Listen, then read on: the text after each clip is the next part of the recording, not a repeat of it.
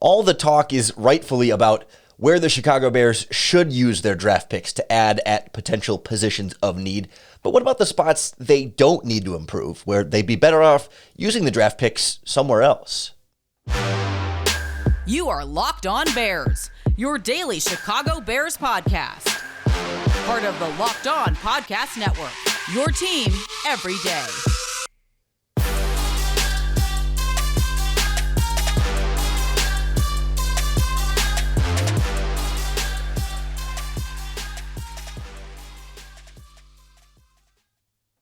This is Locked On Bears, and I'm your host, Lorin Cox. I'm here to bring you your daily, in-depth Chicago Bears news and analysis. You can follow me on Twitter at CoxSports1. You can follow the podcast on Twitter at Locked On Bears. You can like Locked On Bears on Facebook. Join the Locked On Bears Facebook group for even more Bears talk.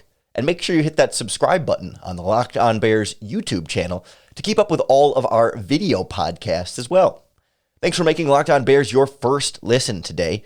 On the show today, we go through where the Chicago Bears just don't need to add developmental players in particular, right? We look at the first few picks of this draft as where the Bears can add more immediate impact players and also, of course, long-term pieces as well, but more of those potential year one starters and contributors.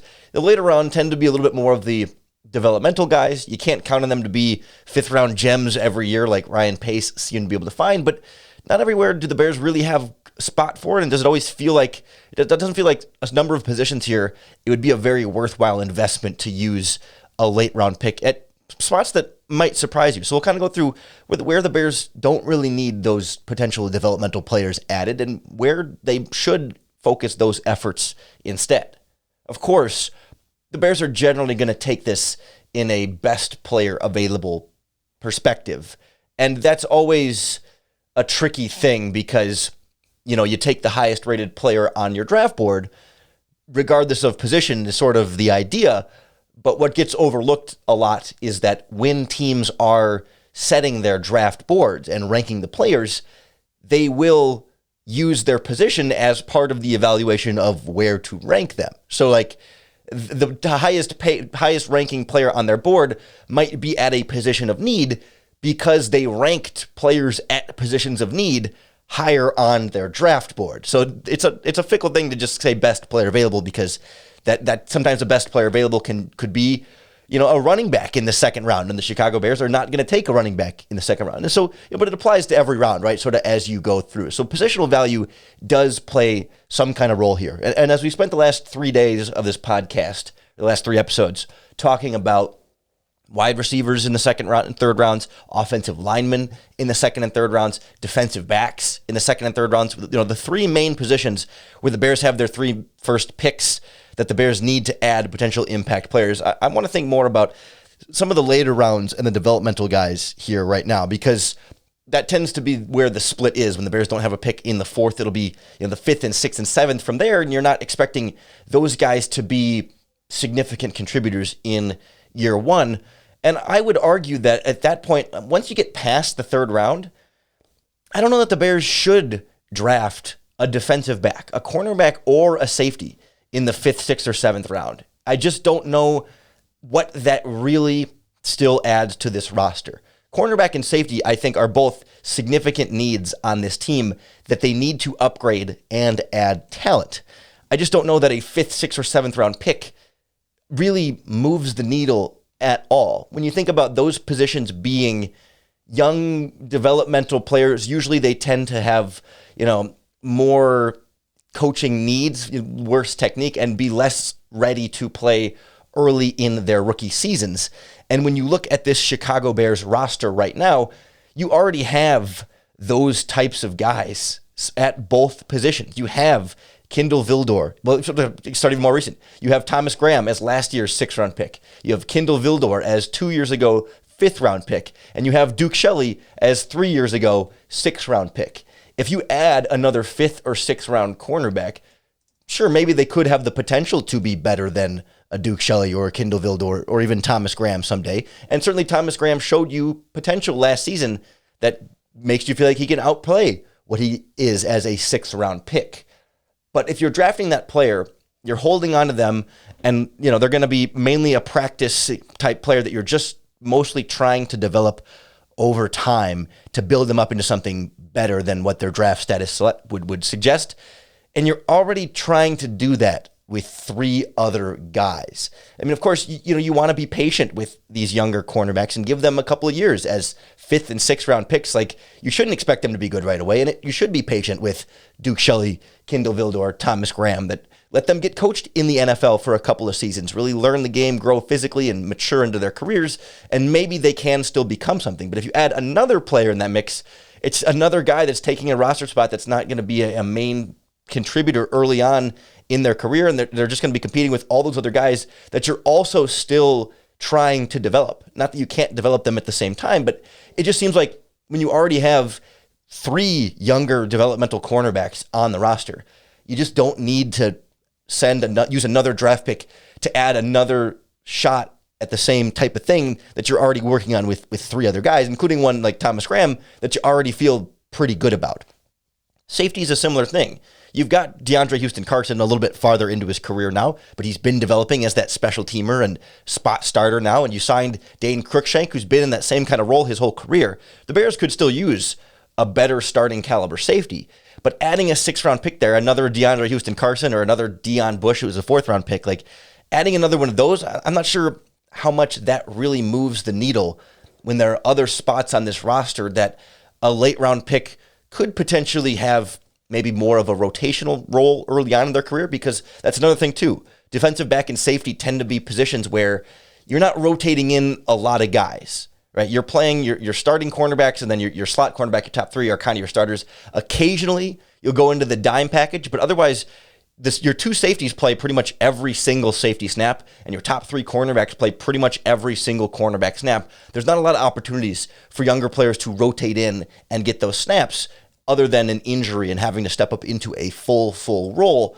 And there's other positions on the roster that can be better fits for where those late round picks can not only have more use for the Bears in terms of where they could use other developmental players to build over time, but then also positions where they might be able to better see the field a little bit more often as well. We'll get into some of those, as well as some of the other places that there just doesn't seem to be a real need to draft next on Locked On Bears. With this draft right around the corner, there's still time to get your bets in on where you think these prospects are going to go. And our friends at BetOnline.net are going to be the #1 source for all of your betting and sports information. They've got tons of props on who'll be the #1 overall pick, #2 overall pick, how many players from certain colleges will go in the first round, how many wide receivers in the first round, how many quarterbacks in the first round, what positions certain teams will take, and so many different ways to slice and dice this draft with our friends at BetOnline. They got all the latest sports developments and news, including other sports. The basketball playoffs underway. The Major League Baseball season is getting going now in the thick of things. Hockey playoffs are right around the corner, plus golf, soccer, tennis, boxing, you name it. They have it at betonline.net. Head to their website today or use your mobile device to learn more about the trends and action you need to know. BetOnline, where the game starts. I think there's a couple of other main spots that jump out right away as like no need for the Chicago Bears to use, I would say, any draft pick on. It's not exclusive to the late rounds, but it's more obvious that they wouldn't use a first round pick, but less obvious that they wouldn't use a late round pick, but still don't think they need to use a late round pick. The obvious one, I think, is quarterback, right? You have Justin Fields, enough said. You have a competent veteran backup in Trevor Siemian, and then Nick Foles is waiting to be traded. I don't think the Bears get much from using a 6th or a 5th round pick or a 7th round pick on a quarterback, right? I mean, I totally think there's an undrafted quarterback that the Bears have had a couple of meetings with and seem to be showing some interest in, and like always, of course, sign an undrafted quarterback. If it doesn't cost you anything, get a camp arm in there and see if he can develop into something. Sure, 100%, but not really any value there in drafting a quarterback for the Chicago Bears. I also don't think there's really any necessity to draft a running back either. Like, I understand, like, late round running backs, you can find some value there, and I wouldn't hate a late round running back pick, because I mean, teams tend to overdraft them, and I think you can find just as good of players in the 4th and 5th round as you can in the 2nd and 3rd. But when you've got David Montgomery and Khalil Herbert, and they signed Darrington Evans. I mean, all those guys are younger running backs, and you feel really good about your top two guys, and Evans can be a solid number 3 in there. Still 100% signing an undrafted free agent or two at running back. You want more players there, and you can, since Ryan Nall has moved on to another team, and Artavis Pierce is still kind of just like hanging out there, like, by all means, sign me up for an undrafted running back or two. But I'm not, it would just feel like if I'm using a draft pick on a running back, there's so many other positions on this roster that I would much rather use the draft pick. So unless I thought for some reason this running back was just going to be the cream of the crop and a second round talent that we would land in the 6th round or whatever, it just doesn't feel worthwhile there. I'll also say this one sounds obvious on the front end, but not as obvious in where the Bears are picking now. Don't use a draft pick on a punter or a kicker for that matter, or a long snapper for that matter. But yes, the Chicago Bears need a punter. They have Ryan Winslow as the only punter under contract right now after Pat O'Donnell signed with the Green Bay Packers. But under no circumstances is it a good idea to use a draft pick on a punter. History, NFL draft analytics, NFL draft knowledge base will show you consistently that you can find just as good of a punter undrafted as you can with the ones that get drafted 1st or 2nd or 3rd. Like, there are examples of drafted punters doing well, but more often than not, the average punters in the NFL across the board you can find are undrafted free agents, and you're much better off using that late round pick as a lottery ticket on the chance that you could get some other player at some other position that's a home run. Right? If you hit a home run with a punter in the 6th round, how much better does that actually make your team as opposed to using that pick on another position where you're trying to also swing for the fences and hit a home run? It's just much, much more worth taking your chance on using that pick on an actual player with some real potential and not just a punter, right? You get one as an undrafted free agent. There will be other veteran free agents available. It's just not worth the investment. I'm a very pro punter podcast host in general, but unless you think you're competing for the Super Bowl and you feel like that punter upgrade to win right now is just going to make the big difference for you, no. Don't draft a punter, don't draft a kicker, don't draft a long snapper. Sign them as undrafted free agents. There are always good options that end up going undrafted and outplaying the other players that were drafted in their draft class. It's just kind of a waste of time. And then there's a couple other positions that I'm on the fence about where it's like, I think there's some spots that I'm like, yes, please give me late round picks there, and we'll get to them in a moment. But for example, wide receiver. The Bears need wide receivers. They need somebody else to really pair with Mooney, Pringle, and Equanimeous St. Brown. Taking a guy in the 5th or 6th round, are they going to be someone who steps in and makes a contribution this season? Because it's kind of like the cornerback conversation where it's like you already have Daz Newsome, and they have Isaiah Coulter and Simba Webster as other kind of late roundish, undrafted free agent type wide receiver 4, 5, 6 type players. And even Equanimeous St. Brown was a late round pick who sort of developed in Green Bay. So it's I am of the opinion that you can never have too many wide receivers. So I'm not going to say no, don't draft a wide receiver after the Bears' 3rd round pick, because I wouldn't be opposed to it, but I don't know what that really is going to add to you right now. You need more difference makers at wide receiver, not more developmental guys, because you're trying to develop Equanimeous St. Brown. You're trying to develop Byron Pringle. You're trying to develop Daz Newsome still as last year's 6th round pick. If Newsome wasn't there, maybe I would consider it. And I'm still I'm not firmly against do not draft wide receiver. Just seems like there's maybe better places to put that draft pick a little bit later on in this draft. I was going to put tight end in a similar conversation behind Cole Kmet, but I don't know. I think this tight end draft class is good enough that I'm more on board with drafting a tight end, especially, they signed Ryan Jensen as that sort of veteran number 2, and the Cole Kmet question is still kind of wide open as to what he's still going to be in his career. And then you just have Jesper Horsted, and I like Jesper Horsted, and there's a lot of potential there for Jesper Horsted by 100%, but he's not keeping me from drafting a number 2, drafting a tight end later in this draft. And the same thing with Ryan Griffin, in large part just because I like this tight end draft class. And I think you might be able to get a guy in the 5th round that has some kind of potential. Like we've seen George Kittle, for example, be a tight end that falls to the 5th round, and teams, for whatever reason, aren't huge fans of him and let him go. And of course, is as great as he is. Or Travis Kelce falls to the 3rd round. It's not late round, but right, good tight ends have gone later in drafts. Not that it's a guarantee by any means, but I would be more okay with using one of those draft picks on a tight end. But I think there's a couple of key positions that we've been dancing around here. Some of the ones we haven't gotten to yet that I think will be much more premium spots that I would like to focus late round picks toward if, again, the draft board lines up a little bit more best player available. If there's still talent there at those positions, that you can find potential opportunities for them to contribute a little bit more as younger players and develop in this Bears system. We'll kind of go through the premier is a strong word, the preferred late round spots next on Locked On Bears.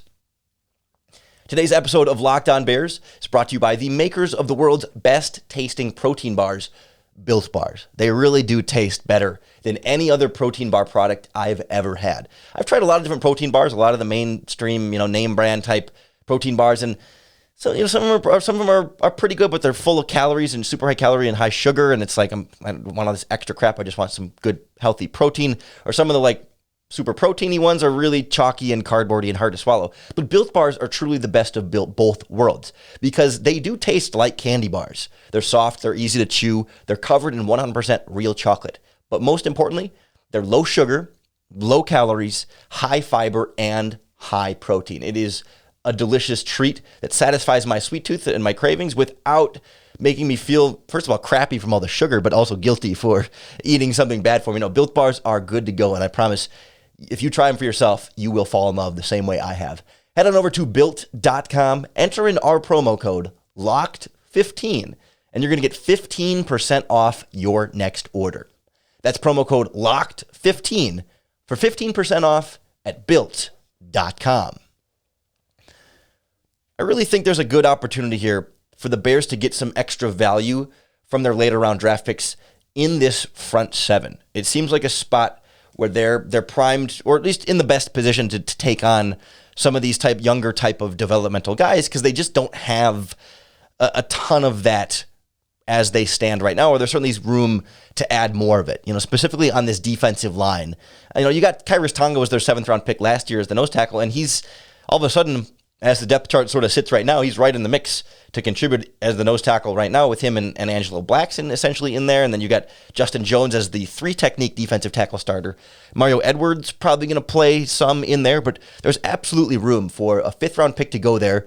Give them something they can start to develop with Tonga and with some of the other veterans that they have in there. And also get snaps as a rookie, rotate in there. And, maybe, you're not expecting them to come in and be stellar by any means, but we did see 2018 rookie Bilal Nichols looked like a star is too strong of a word, but looked really good for a 5th-round pick that season. Surprised all of us, or most of us, with how much he was able to contribute in a very, very good front seven, albeit, but exceeded expectations certainly at that spot, and then now went on and got a big contract from the Raiders in changing teams this offseason. And so sign me up for an interior defensive lineman or, honestly, another edge rusher.